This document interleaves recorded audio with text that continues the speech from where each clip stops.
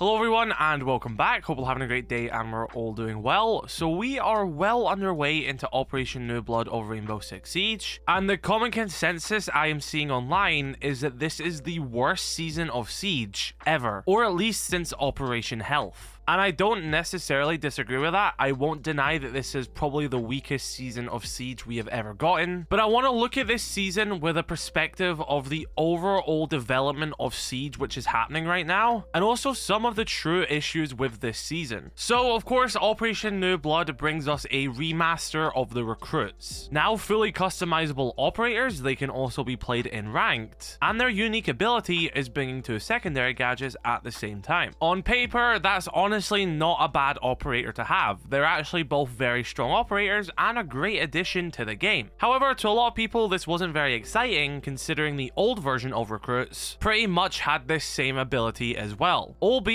more limited and not as fleshed out as this current version of the recruits. Do I think the recruit rework is bad? No. I think it's great for the game and it was bound to happen at one point. Was I expecting something a bit more from them? Definitely yes, 100%. Am I saddened with the versions we've gotten? No, not really. I think they're quite interesting, and if Ubisoft ever adds more secondary gadgets, which they probably will, that also gives an entirely new way to play Striker and Sentry. Going forward, I think this is great for the game, and the recruit rework, whether it happened this season or another season, was always bound to happen and was good. But a lot of that disappointment does come from the near similar gadget to the old recruits, as well as the lack of an actual full operator. But can I come out and say that isn't really the issue with this season? You're allowed to be upset that the recruit rework was maybe not what you're expecting, or that we don't have another full operator alongside them, because if we're being honest, this season is an unofficial Operation Health 2. Even some devs have came out and said that our frustration isn't entirely without reason. It's not like they didn't want more content as well. It kinda does seem like this is just another Ubisoft as a corporation issue rather than the team which are specifically working on Siege. But I also do have to say, this has going to be a trust the process. The same team working on Siege now are not the same team which have been working on it for the past 9 years. They have their vision, they know where they want this game to go, and in that sense, I will trust the process. However, my big issue with this season is the bugs and the cheating. Stacking that on top of an already somewhat lackluster season, no one is really going to be pleased with this. And again, I'm sure the devs also are not a fan of any of this either. In their perfect world, they also don't want these issues. And I'm not going to act like I understand how anti-cheats work. I'm not going to act like this company's better than the other one. But this just isn't working. I respect that on Ubisoft's end, they can see a downward trend, for example. But from us as the player, that's simply not the case. You're queuing every single game in every single mode at this point, and there's bound to be cheaters. It's just at a point where you don't know what else to do. I genuinely think the best case scenario at this point is changing console Siege to have two separate queues, one for controller and one for native mouse and keyboard. Because I can guarantee you if they'd done that, all of us PC players would just come play console, where we know there won't be cheaters in that aspect. We're playing on the Xbox and PlayStation infrastructure. Keep controller players in a separate lobby, because I just don't see a way in which Siege will have an anti-cheat which is sufficient enough. And it's honestly not a Siege issue, okay? So I'm not going out and blaming Ubisoft directly here. This is a massive issue in so many other games right now. I genuinely believe right now in the global gaming market that cheating is at the highest it's ever been for every game. Cheating is not just a Ubisoft issue. That being said, there is some things which seems like they can do better. How am I playing against someone who is clearly cheating? I'm loading into a match and they have bizarre stats and it's obvious from the get-go that they're cheating. How is that not being flagged? How is it not being flagged when one player in the lobby is getting 5 kills instantly each round? Yes, you may get some false flags there, but on the grand scheme of things, you're going to be catching the bad ones. I actually really miss when you had that issue with the game crashing, or that exploit that people were doing, and they made the abandon sanction to 5 minutes instead of like the progressive hour, 24 hours like it has right now. I was quite scared that people were going to use that just to dodge legit players so they wouldn't lose, but I played a bunch of ranked during that time and I didn't see that happening at all. If anything, it made the ranked experience 1,000 times better, because every single legit player in the game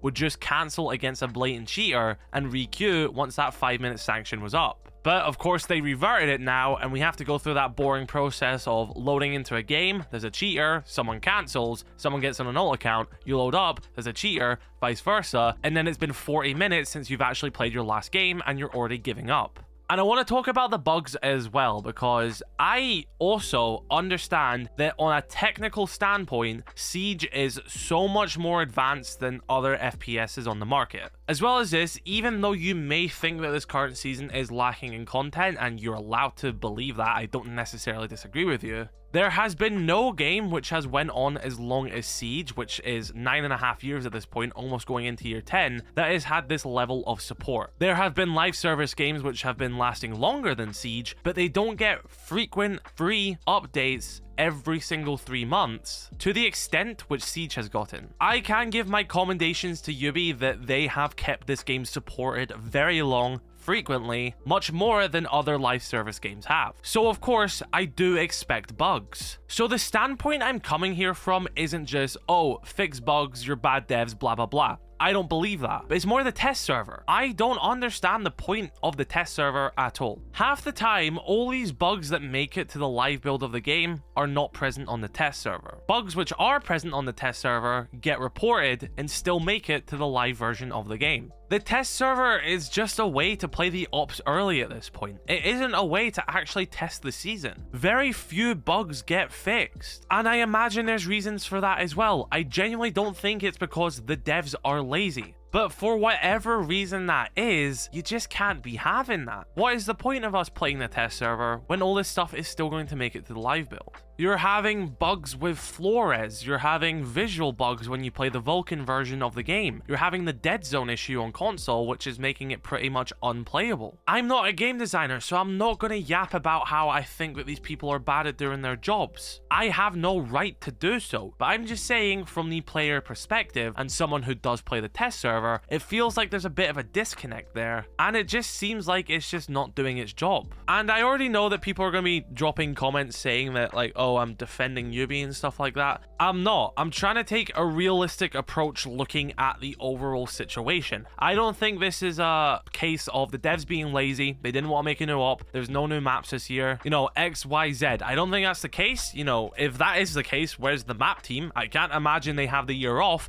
They're clearly working on stuff in the background. There is a process I am going to have to trust, which is happening right now with the team. I don't think this is coming from a place of laziness. I don't think this is coming from a place of hate. I think the devs truly do care about this game. I've interacted with so many, and I've never had any reason to believe that they don't care, that they don't want more for this game, and they don't want what's best for this game. Every dev I've met and talked to are passionate about the game, they play it themselves, they love it, and they want what's only best for it. And considering they have outright said that they are planning on supporting this game for at least another 10 more years, it wouldn't make much sense if they're going to start shooting themselves in the foot. When it comes to cheating, it's an industry issue. I think Ubisoft can be doing more, but we also can't entirely relay the blame only on them. When it comes to bugs, they're expected. However, the test server is not doing this job. They need to take another look at how the test server operates, and we also need much more internal testing. It genuinely feels like that the seasons don't get game tested to the extent in which they should.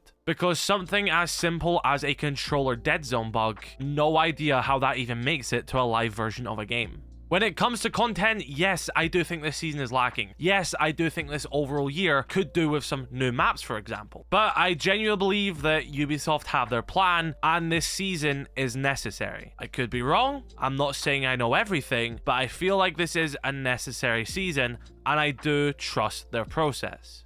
And if you know me, I'll be the first to criticize something. Yes, I get sponsored videos by Ubisoft. They provide me with skins for review videos and everything, and I make that explicit when I make those videos. Yes, they invited me out to Manchester, and I am beyond grateful for that. I'm grateful for everyone who watches my videos for putting me in that situation, and thankful to Ubisoft for giving me those opportunities. But I will give them some praise here and say they have never once forced me to say anything or do anything I didn't believe in. Even when we get the previews and stuff like that in the new seasons, I'm allowed to say whatever I want about it. I don't have to say anything good if I don't want to.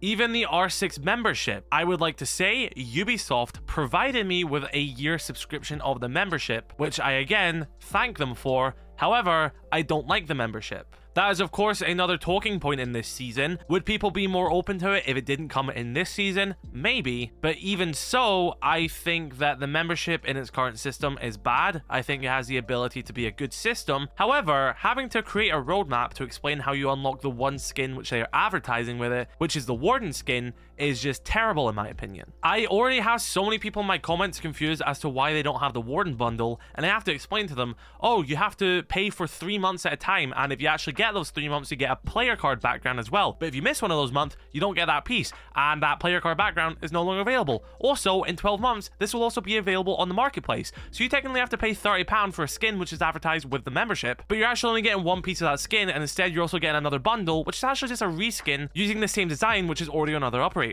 You see how that isn't a very simple process? If we just made it one really nice bundle, like the Warden one, per month, people will be like, oh, I pay for this month, I get this skin. If I don't pay for next month, I don't get that skin. Or I do because it looks cool, blah, blah, blah. But yeah, that's my take on the membership. I've already made a video about it. It has the potential to be a good system. In its current system, it's not that good. So I guess the point of this video is I'm trying to say is I don't think this season is lacking because the devs don't care about the game.